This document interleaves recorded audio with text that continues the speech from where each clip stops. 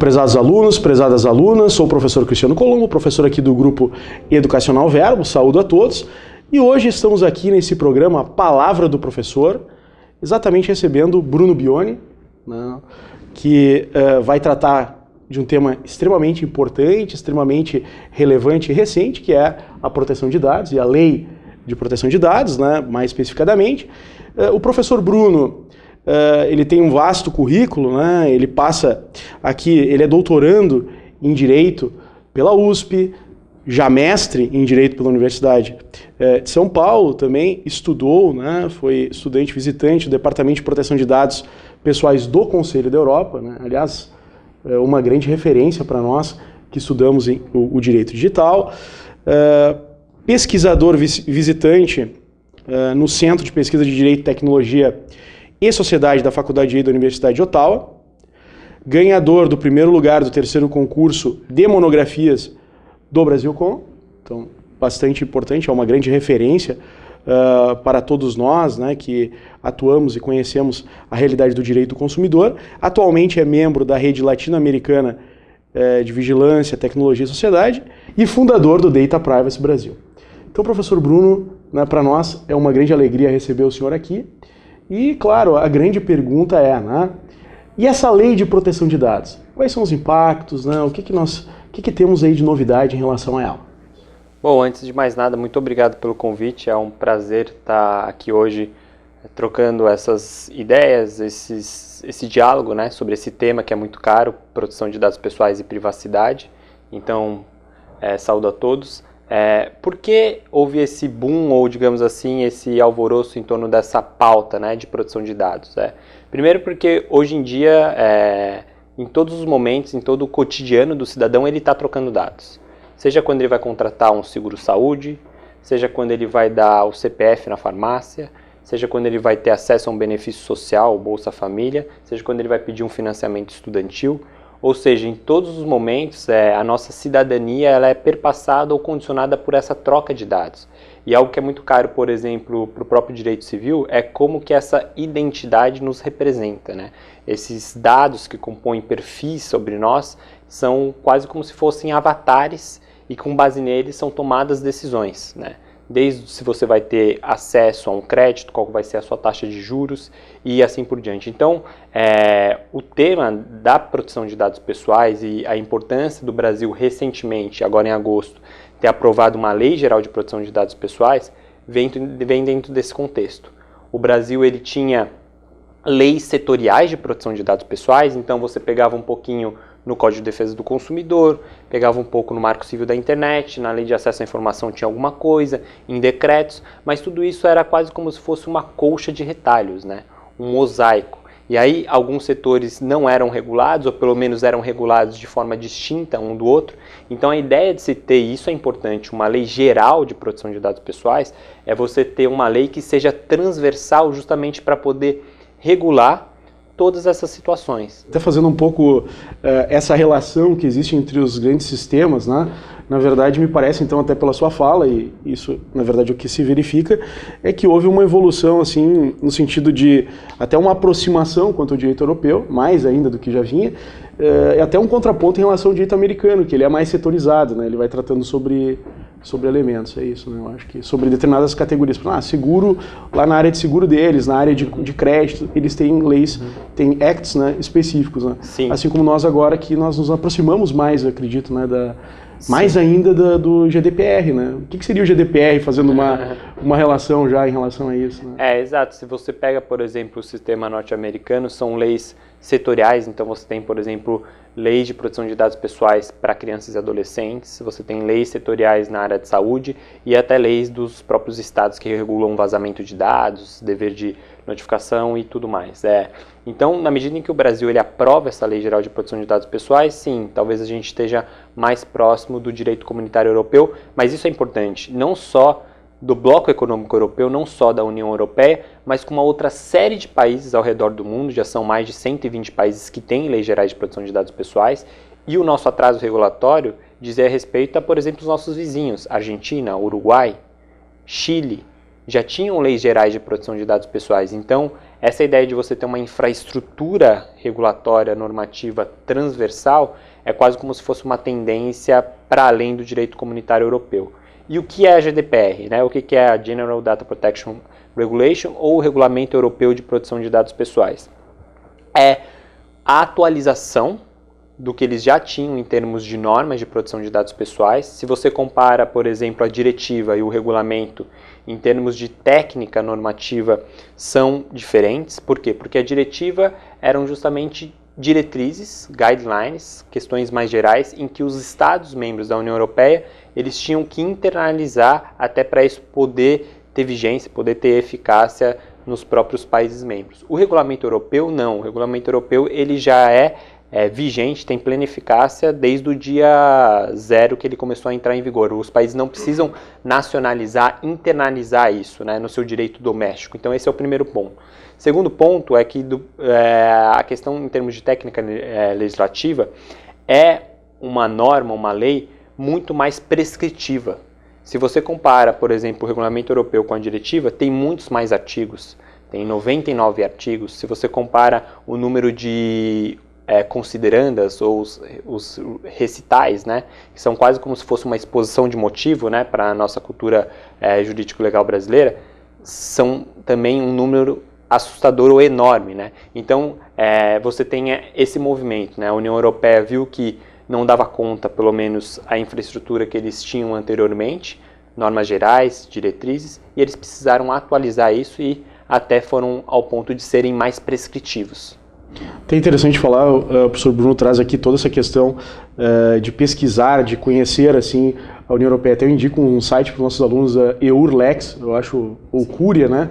Que são sites que trazem toda a ideia do Tribunal de Justiça da União Europeia, mas até o EURLEX, até toda, enfim, não só decisões, mas enfim, todos os tipos de regulamentos e tudo mais, né? Bem interessante.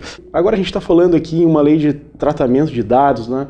Mas o que são os dados pessoais, né? Isso é um ponto importante. Até eu tive um caso recentemente no escritório, né? Uma coisa prática envolvendo a matéria, em que eu solicitei uma retirada de uma URL, enfim, em razão lá de um vídeo e tal, mas no vídeo não aparecia realmente o nome nem a imagem da pessoa. Uhum. Mas com tudo que apareceu no vídeo, os objetos, a própria imagem da casa, reportou, acabou ofendendo o meu cliente, né? Trazendo uma ofensa ao meu cliente. Ora, será que o dado pessoal é só o nosso nome? Será que o dado pessoal é só o nosso CPF? Ou qual o conceito de dado pessoal, professor? Essa é a pergunta inicial que tem que ser feita quando você vai procurar interpretar e aplicar essa nova lei, né? Porque ela não regula, ela não protege qualquer tipo de dado, mas só exatamente aqueles dados que podem ser adjetivados, podem ser qualificados como sendo pessoal. E aí, o conceito que essa lei trouxe é uma informação relacionada a uma pessoa identificada ou identificável, que é essa ideia. Será que dentro de um determinado contexto, uma série de informações, quando agregadas, quando cruzadas, elas podem reportar a alguém, elas podem estar vinculadas a alguém? Que é um conceito mais expansionista, mais alargado de dado pessoal. Dentro dessa dinâmica, vamos aqui tentar trazer um exemplo um pouquinho mais lúdico. Advogado. Quantos advogados tem no Brasil? Uma série de advogados. Mas é um advogado de etnia branca. Reduziu o número. Um advogado de etnia branca formado pela Universidade de São Paulo, que é doutorando pela Universidade de São Paulo. Várias pessoas. Mas eu vou reduzindo isso, eu vou criando mais precisão nessas informações. Um advogado de etnia branca doutorando na Universidade de São Paulo, que estuda o tema de proteção de dados pessoais e que está, nesse momento, na Verbo Jurídico, conversando sobre isso. Fica fácil, porque você não é doutorando na Universidade de São Paulo, é pós-doutor já pela PUC. Quem é essa pessoa? Eu. Essa é a ideia, então, de que você vai imputando, você vai agregando informações e aquele quebra-cabeça, aquelas peças, aquelas informações que estavam dispersas, quando juntadas, quando agregadas, você chega numa pessoa, você vincula ela a uma pessoa. Então, essa é a ideia. A potencialidade, esse caráter de uma pessoa ser identificável por uma informação que pode ser relacionada a ela. Então, professor, o senhor traz aí realmente um conceito de dado pessoal. Mas e se o dado não for pessoal, ele mesmo assim está protegido por essa lei? Essa pergunta é muito boa porque essa é uma das grandes diferenças, por exemplo, que a gente tem entre a nossa legislação, a Lei Geral Brasileira de Proteção de Dados Pessoais, e a GDPR. A nossa LGPD, a Lei Geral Brasileira, ela tem uma disposição que ela diz o seguinte: olha, mesmo que um dado ele é anonimizado, mesmo que eu ainda não consiga reidentificar essa pessoa, mesmo que eu não consiga criar esse vínculo, esse laço desse dado com uma pessoa, saber que é o Cristiano, saber que é o Bruno, eventualmente vai estar sob o escopo de aplicação da lei, eventualmente vai estar sobre a regulação da lei, porque ela pode impactar a vida de uma pessoa, porque você pode, de certa forma, uma maneira, automatizar uma decisão sobre uma pessoa. Vou te dar um exemplo. Vamos pensar aqui no percentual de bateria do nosso celular. Eu não sei necessariamente que é o Cristiano, eu não sei que necessariamente é o Bruno, mas eu sei que o percentual de bateria daquele sujeito que está me conectando no aplicativo, pedindo, por exemplo, uma corrida, ele está com 2% de bateria. Por que essa informação é relevante? Ela pode ser utilizada para duas finalidades, uma boa e uma ruim. A ruim seria, olha, se ele está com 2% de bateria, eu sei que essa pessoa não vai conseguir comparar preços com outros aplicativos de corrida. O que eu posso fazer? Eu posso precificar ela de maneira diferente. Isso é um caso real onde que esse dado anonimizado, percentual de bateria, foi utilizado de uma maneira em que você impactou a capacidade de consumo daquela pessoa. Nesses casos, o dado ele pode estar dentro do escopo de aplicação da lei. Mas eu posso utilizar esse dado para uma finalidade positiva. Se eu sei que a pessoa está com 2% de bateria, eu posso colocar ela na frente da fila de espera dos meus outros usuários da plataforma. Então, a nossa lei, dentro dessa cultura de direitos da personalidade até, ela lida com isso. Bom, até onde a manipulação, o tratamento desses dados pode ter impactos materiais na vida da pessoa? Se sim ou não, você abre ali um espaço também para ter a aplicação dessa legislação, mesmo que sobre dados anonimizados. Ótimo.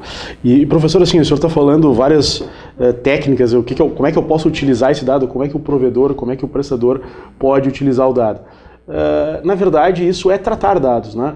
O que vem a ser o tratamento de dados, né? Uhum. E mais, professor, aproveitando o ensejo, como é que alguém pode utilizar esses dados? Todo mundo está autorizado amplamente a utilizar os dados dos outros?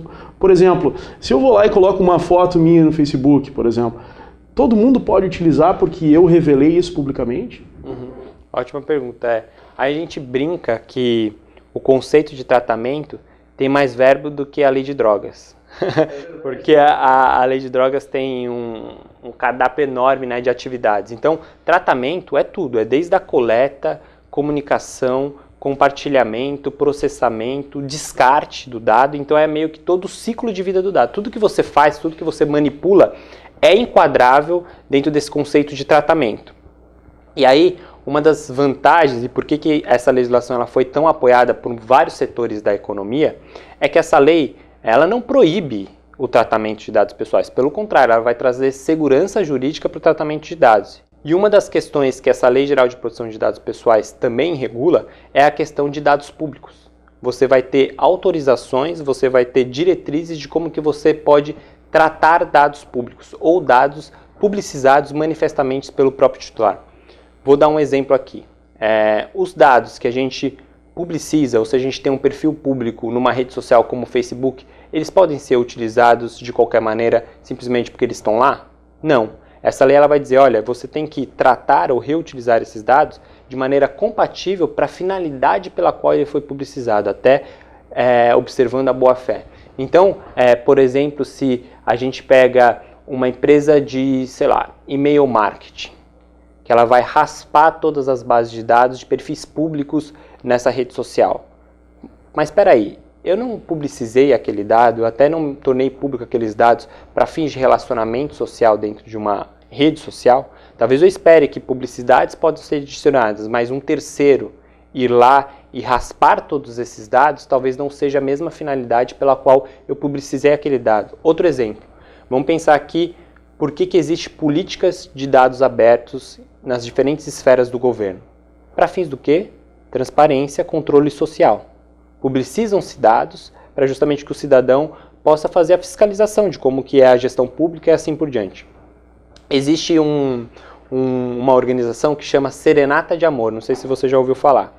Serenata de Amor decidiu fazer o quê? Olha, esses dados aí estão abertos, mas eu não consigo ler esses dados, por isso eu vou criar um robô, vou criar um algoritmo e ele vai fazer o cruzamento desses dados, né? O que o robô deles descobriram? Descobriram que alguns deputados, parlamentares, congressistas, estavam utilizando de maneira controversa as verbas deles, né? Visualizaram gastos que era além do normal em termos de viagens, em termos de despesas com combustível, tudo mais. Para qual é a finalidade para que está sendo publicidade esse dado? Não é para controle social, não é para transparência, assim por diante. Então, casos como esse, como por exemplo do Serenata de Amor, agora vão ter uma base legal, segurança jurídica para continuar fazendo o que eles fazem. Então, professor Bruno, na verdade, você não está livre para atuar e para poder coletar dados pessoais, né, mesmo que públicos na internet. Você precisa, então, evidentemente, de algumas autorizações ou algumas hipóteses de lei. Claro, se a pessoa dá o consentimento, é evidentemente que nós temos. Mas na lei existe uma expressão que é um conceito jurídico amplo, indeterminado, que é o denominado legítimo interesse. Como é que o senhor vê essa questão do legítimo interesse na utilização dos dados? Exato. Essa é uma das grandes ou principais bases legais ao lado do consentimento. Essa é uma base legal que a gente meio que implantou, transportou da própria GDPR, da Lei da União Europeia de Proteção de Dados Pessoais. Justamente porque é um conceito jurídico indeterminado, amplo, o que é legítimo interesse para mim pode ser diferente para o Cristiano e assim por diante.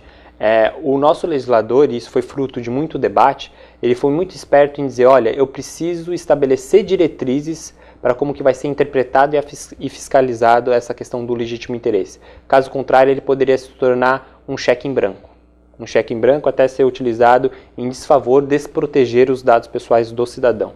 Qual que é a ideia do legítimo interesse? A ideia do legítimo interesse tem muito a ver se eu tenho uma pré-relação estabelecida, ou terceiros até, e se dentro daquele determinado contexto eu posso utilizar aquela informação. E aí tem um teste de 4 fases previsto na nossa lei para você, no final, responder: há ou não um legítimo interesse? Vamos aqui pegar esse teste de 4 fases. Primeira existe uma finalidade legítima de quem está processando esses dados? E aí a finalidade ou essa questão da legitimidade eu só analiso sob o plano do interesse comercial ou público de quem está processando esses dados. O segundo passo, eu consigo atingir essa mesma finalidade coletando a menor quantidade possível de dados? Princípio da minimização. A terceira fase, aí na terceira fase você vai fazer o quê? O balanceamento, o equilíbrio desse legítimo interesse de quem está processando, tratando esses dados e dos direitos do titular. Como que isso impacta nas liberdades e garantias fundamentais desse sujeito? Se tem um impacto, será que isso está sendo muito intrusivo ou não? E o último passo eu consigo adotar ações que mitigam esses riscos, como por exemplo, anonimizar esses dados, ou pelo menos ser transparente nessa minha prática para que o sujeito possa levantar a mão e dizer: eu não quero participar disso porque isso não está dentro da minha legítima expectativa, fazer o opt-out. Vamos agora trazer um exemplo prático para ilustrar tudo isso. Eu sou uma pessoa que gosto de correr, eu utilizo o aplicativo Strava, não sei se você já utilizou isso, ele marca, enfim, a distância que você correu, o ritmo que você correu, tem ali até questões de batimentos cardíacos e assim por diante. Talvez esteja dentro do contexto daquela minha relação com o próprio aplicativo que ele possa me fornecer, por exemplo, algum tipo de publicidade de produtos relacionados a esse tipo de esporte, como por exemplo, tênis de corrida que seja do meu padrão ali de corre 10 km ou algo do tipo. Se o Cristiano é um super triatleta, corre 30 km, ele vai indicar outros tipos de produtos, outros tipos de publicidade para o Cristiano. Mas talvez fuja da legítima expectativa ali daquela relação que eu tenha, que ele possa, por exemplo, monetizar esses dados que ele tem sobre o meu padrão de exercícios físicos, como, por exemplo, uma empresa de plano de saúde, para dizer que ele tem um risco maior ou menor, para dizer que ele é sedentário ou menor. Então a ideia do legítimo interesse existem situações nas quais eu posso reutilizar ou tratar esses dados sem necessariamente recorrer ao consentimento do titular do dado? sim, é para isso que serve a hipótese de legítimo interesse. Vamos aqui trazer mais um exemplo, aqui pensando num legítimo interesse de terceiro ou algo do tipo. Questões de fraude. O seu banco, talvez ele não precisa recorrer ao seu consentimento para ver qual que é o seu padrão de consumo e, com base nesse seu padrão de consumo, ele diagnosticar transações ou operações financeiras que são muito possivelmente de fraudadores. Ele está coletando o seu dado, ele está tratando o seu dado, está traçando um perfil seu, mas por um legítimo interesse que inclusive vai de encontro com a proteção das suas liberdades e assim por diante. E aí eu não preciso recorrer ao consentimento. Mais um exemplo, vamos pensar no mercado de fusões e aquisições M&A, né, em que uma empresa terceira vai comprar ou vai entrar numa operação societária com uma outra empresa e por trás dessa outra empresa tem uma série de dados pessoais, seja dos colaboradores dessa empresa, seja dos próprios consumidores. Aí também não há um legítimo interesse em que até para você fazer toda essa operação societária você não vai ter que trocar dados pessoais justamente para que ela possa fazer o due diligence dessa operação. É mais um exemplo da aplicação do legítimo interesse. Por quê? Porque se você tivesse que em todas essas três situações recorrer ao consentimento, isso seria algo que não seria praticável em muitos casos, porque você não tem acesso a esse consumidor ou algo do tipo, ou mesmo não seria escalável. Exatamente. Então a gente acaba verificando, né, super interessante suas colocações, que na verdade essa lei ela protege o dado pessoal, ela protege o dado pessoal que vai se voltar alguém que está plenamente identificável ou identificável, e não podemos, de modo geral, permitir que as pessoas utilizem nossos dados de uma forma ampla, sem nenhum consentimento, mas a lei, além do consentimento em que há essa possibilidade, também trabalha com a ideia de outras hipóteses legais em que é possível, então, que esse dado de uma pessoa natural, né, a lei se volta às pessoas naturais, seja, vamos dizer assim, licitamente, ou dentro da ideia de boa-fé, dentro da ideia, né, de todos os princípios, a principiologia toda que vai abarcar o direito privado aí, né, possa ser regularmente tratado. Você tocou num ponto muito importante, a ideia da boa-fé, e como a gente está falando para uma comunidade jurídica, a própria ideia do legítimo interesse, qual que é o outro lado da balança? A legítima expectativa que você tem como vai ser tratado seus dados, ainda que você não consinta. Então, essa questão, a beleza da coisa, entre aspas, está num campo em que a gente vai ter que fazer a dogmática disso, porque é um campo novo, mas que a gente vai poder se apoiar em questões clássicas, mecanismos clássicos, como, por exemplo, do direito civil de boa-fé e legítima expectativa, teoria da confiança. Na verdade, assim, até a gente coloca aqui, o professor Guilherme Goulart, também, que é um grande parceiro, né, que conhece também o professor Bruno, é evidente, e nós falamos assim que, na verdade, a escola do direito, a escola que se volta ao direito digital, jamais pode perder as suas raízes civilísticas, ou seja, os fundamentos jurídicos, aquela parte do direito digital que trata o direito privado não pode, né, fugir daqueles conceitos que são para nós tão caros como a boa-fé, a questão da manifestação de vontade, a função social, tudo isso que vai, né, criar, né, esse ambiente jurídico. Mas, professor Bruno, infelizmente, o nosso tempo, né, está terminando. Eu coloco o senhor, se o senhor quiser deixar algumas palavras para os nossos alunos aqui, né, da nossa pós-graduação, enfim, todos aqueles que estão vendo, né, essa nossa palavra do professor, alguma mensagem, assim, alguma ideia assim, sobre essa lei, o que virá e o que nós temos que nos preparar. Sim, eu acho que a gente sabe que o mercado jurídico está saturado, né? Então, com essa lei surge uma grande oportunidade, um nicho de mercado, né? A gente vai ver escritórios de advocacia criando áreas específicas para lidar com essa pauta. Empresas, organizações, o próprio setor público vai ter que se preparar para estar em conformidade com essa lei lá em fevereiro de 2020. E com isso se cria janelas de oportunidades para você se inserir nisso. Então, a palavra que eu gostaria aqui de deixar para vocês é: aproveitem essa oportunidade. Ainda existem poucas pessoas capacitadas. A taxa de remuneração, a cereja do bolo, digamos assim, é que essa remuneração ela é mais alta, muito mais alta do que a gente está acostumado a ver no mercado jurídico. E aí a última coisa é: como que eu me preparo para isso?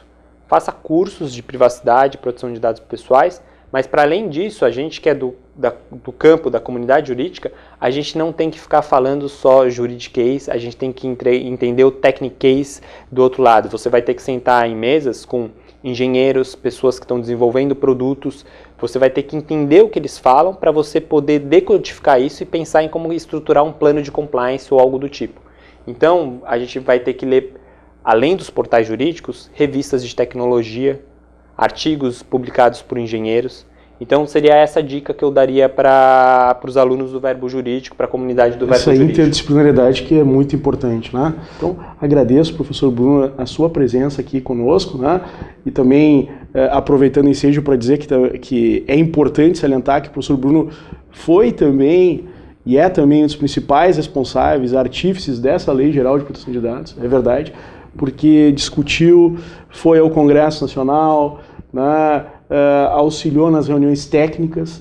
Para nós foi uma grande oportunidade assim, de estar com o senhor e conviver um pouco com toda essa forma, né, essa história do direito digital que se forma no Brasil. Então, muito obrigado pela sua atenção, obrigado por estar aqui com a gente. E essa foi, então, a palavra do professor. Muito obrigado, professor Bruno. Obrigado pelo convite.